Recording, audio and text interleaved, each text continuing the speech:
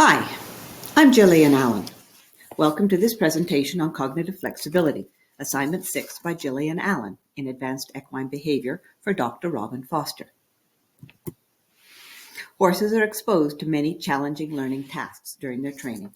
Some of these tasks run counter to their natural ethology and would normally engage a species-specific defense mechanism, such as the flight, fight, or freeze responses. Horses are naturally neophobic, cautious of new experiences that are hardwired to their defense mechanism. An experience that is fearful can easily lead to learned behaviors that are undesirable and challenging to the owner, such as refusing to load into a trailer. When these bad habits, bad for humans but desirable for the horse, interfere with normal activities with the horse, then the owner may send the horse for retraining. In retraining, the horse must suppress one behavior and replace it with another. Cognitive flexibility is the capacity to extinguish one behavior and replace it with another learned behavior. Measuring the neurotransmitters that are involved in positively or negatively affecting the learning process, such as cortisol, dopamine, and noradrenaline, is not feasible in equine research, but biomarkers of these neurochemicals are now better understood and more easily used in research. One way to measure cognitive flexibility is to use the reversal learning tasks. In the reversal learning task, the original learning is taught to a test group of horses. Its mirror task is using the same energy, cues, and physical movement is taught to a second test group of horses. For example, in this example, the original learning task is to train the horse to step away from a hip tap stimulus. The mirror task is to train the horse to step towards the hip tap stimulus, as you see in Figure 1. The first task is instinctive to the hardwired species-specific defense mechanism, namely to move away from aversive pressure, and is termed the instinctive task type. The second task, to move towards the hip tap, is a non-instinctive task type. Once the horses in each group have successfully shown to have learned their task, they are then considered to have formed a habit, to step away from the hip tap or step towards the hip tap. Then the tasks are switched for each group of horses, and the new task is called cognitive flexibility learning. The group of horses with the original learning task of stepping away from the hip tap must now learn to step towards the hip tap. And the group of horses with the original learning task of stepping towards the hip tap must now learn to step away from the hip tap.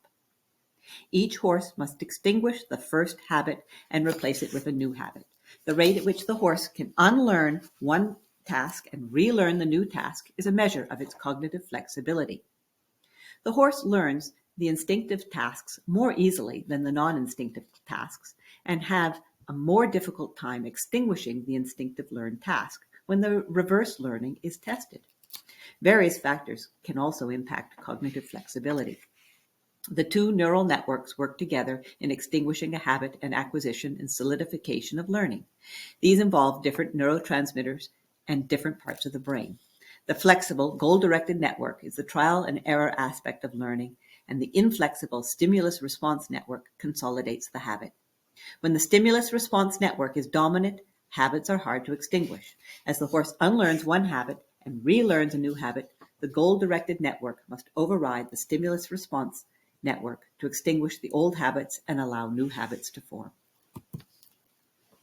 In retraining, we frequently ask the horse to learn tasks that are non-instinctual. Ethological stressors can be both social and environmental stressors. An example of a social stressor is a barn sour horse who will not leave his social group. Some environmental stressors include entering small confined spaces, like trailer loading, and being tied with uncontrolled pulling. Using horse ethology in retraining will improve the acquisition of a new task. An example of this would be to train a horse to enter a trailer by following a calm buddy. Most importantly, avoid fear responses when training, as the behavior will be easily learned and much more difficult to extinguish. Inadvertently training with a fear response is the reason why most horses are sent for retraining. Equitation science has outlined 10 principles of training. Each principle is important to the training process. There are 4 that are salient to the retraining a bad behavior. Train according to your horse's ethology and cognition. Trainers are often heard to anthropomorphize a horse's behavior, and in doing so, they are no longer focused on the horse's ethology and cognition, but upon themselves. When the horse does not pick up the new skill quickly, terms such as stubborn, wily, and smart are used, and punishment is often the result when we have expectations for the horse that are not in line with the horse's ethology. Anthropomorphism of the horse does not aid in training. Avoid and disassociate flight responses. When initially retraining the bad behavior, it's usually a fear-based and flight response is initiated. Spooking, bolting, rearing, and balking are all behaviors that we see for retraining. If the horse has repeated the behavior over and over again, it has a well-ingrained habit base based on fear and will be difficult to extinguish. Demonstrate the minimum levels of arousal sufficient for training. A heart rate rise from moderate exercise is optimal to learning, but too much stress-related arousal is detrimental to learning. Shape responses and movements. Very small learning steps are needed to move from one behavior to another. Reinforce at the slightest hint of making the right choice, as it takes time for the neural networks to extinguish habits, engage in new learning.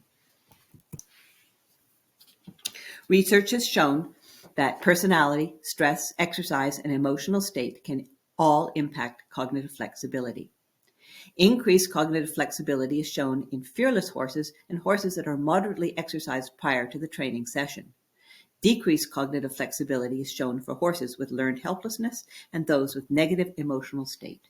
Using positive reinforcement in retraining is beneficial to create a positive emotional state. Retraining a horse requires many different skills. The most important are patience and an understanding of equitation science. Patience allows the neural networks to extinguish the bad behavior and orient to the new behavior. The horse makes errors in their initial attempts to learn a new behavior and often chooses the poor behavior that is familiar over attempting a new behavior. Too often this attempt is met with punishment when the trainer is not patient or does not understand how horses learn. Understanding equitation science keeps the training focused on the horse's welfare and guides the trainer with parameters. As I watch and listen to the video presentations of my classmates, I can see how cognitive flexibility is the mechanism that enables a fearful horse to learn to load into a trailer or an anxious horse to leave his paddock mates. The understanding of the science that explains behavior change is the basis of this presentation. Thank you for listening.